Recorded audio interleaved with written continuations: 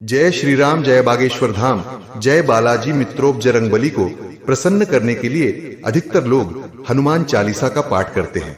विशेषकर मंगलवार के दिन हनुमान चालीसा के पाठ करने से मनचाहा फल प्राप्त होता है। हनुमान चालीसा के लिए किसी खास नियम की आवश्यकता नहीं होती है, लेकिन कुछ छोटी छोटी बातों का ध्यान रखना जरूरी होता है। हिंदू धर्म के अनुसार हनुमान की पूजा से शुभ फलों की प्राप्ति होती है। ऐसा माना जाता है कि उनकी पूजा से लोगों की समस्त मनोकामनाओं की पूर्ति होती है और शुभ फलों की प्राप्ति होती है। इसी वजह से उनके भक्तजन उन्हें प्रसन्न करने हेतु कई विशेष उपाय आजमाते हैं। ऐसी मान्यता है हनुमान चालीसा में लगभग 40 चौपाइयां शामिल हैं। ऐसी मान्यता है कि यदि कोई व्यक्ति हनुमान चालीसा का पाठ करते समय सभी नियमों का पालन नहीं करता है तो उसे पूजा का पूर्ण फल नहीं मिल पाता है। तो आइए जानते हैं हनुमान चालीसा का पाठ करते वक्त किन गलतियों से बचना चाहिए।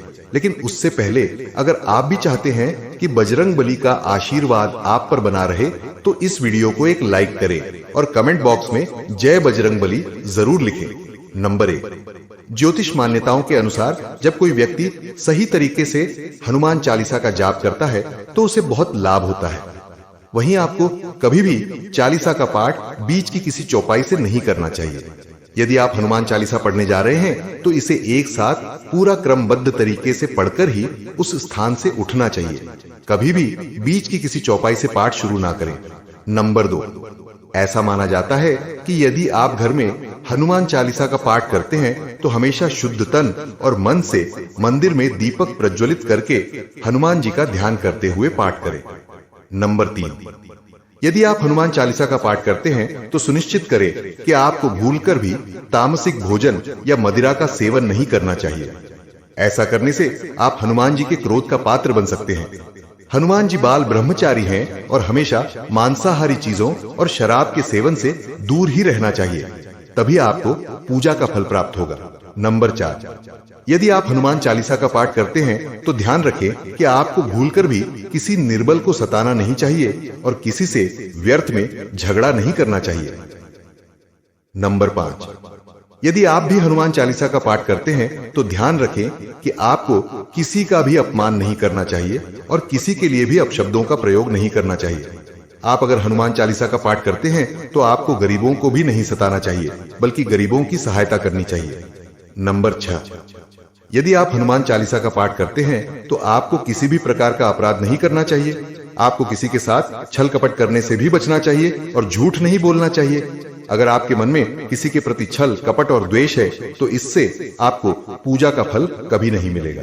नंबर 7, हनुमान चालीसा पढ़ने में जल्दबाजी न करें।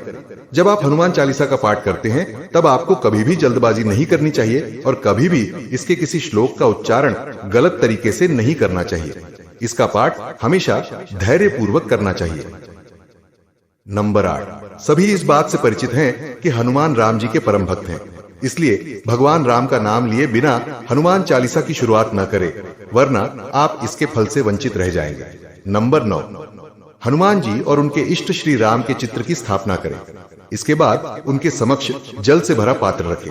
कम से कम 3 बार से लेकर 108 बार तक चालीसा का पाठ करें। घर में हनुमान चालीसा का पाठ करते समय तन और मन दोनों साफ होना बेहद जरूरी है।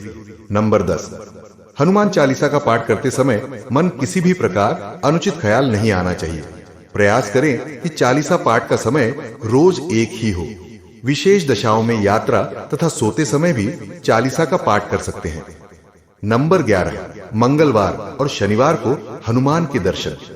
हनुमान चालीसा का पाठ करने वाले को मंगलवार और शनि को हनुमान मंदिर में जाकर हनुमान जी के दर्शन जरूर करने चाहिए। यदि मंगलवार या शनिवार को हनुमान मंदिर में जाकर उनके सामने घी का दीपक जलाने से और हनुमान चालीसा का पाठ वहीं बैठकर करने से बड़े कष्ट दूर हो जाते हैं। नंबर 12, यदि आप हनुमान चालीसा का पाठ पढ़ते हैं फिर भी गलत लोगों की संगत में बैठते हैं, उनका साथ उनके गलत कामों में देते हैं तो आपका पतन निश्चित है। इसीलिए ऐसे लोगों से दूर ही रहें। नंबर 13, ज्योतिष के अनुसार मंगलवार के दिन 3 बार पाठ करना बेहद शुभ माना जाता है। जब भी आप पाठ करें तो सबसे पहले एक पात्र में जल भरकर रख लें। उसके बाद जब हनुमान चालीसा का पाठ संपन्न हो जाए तो उस जल को ग्रहण कर लें। इससे आपको लाभ तो मिलेगा ही, साथ ही हनुमान जी भी जमकर अपनी कृपा बरसाएंगे। नंबर 14, सूतक काल परिवार में जब किसी इंसान की मौत हो जाती है तो वहां सूतक काल मान्य रहता है। जब तक यह सूतक काल रहता है तब तक हमें हनुमान सहित किसी अन्य देवी देवता की पूजा नहीं करनी चाहिए। इस दौरान मंदिर में भी प्रवेश ना करें।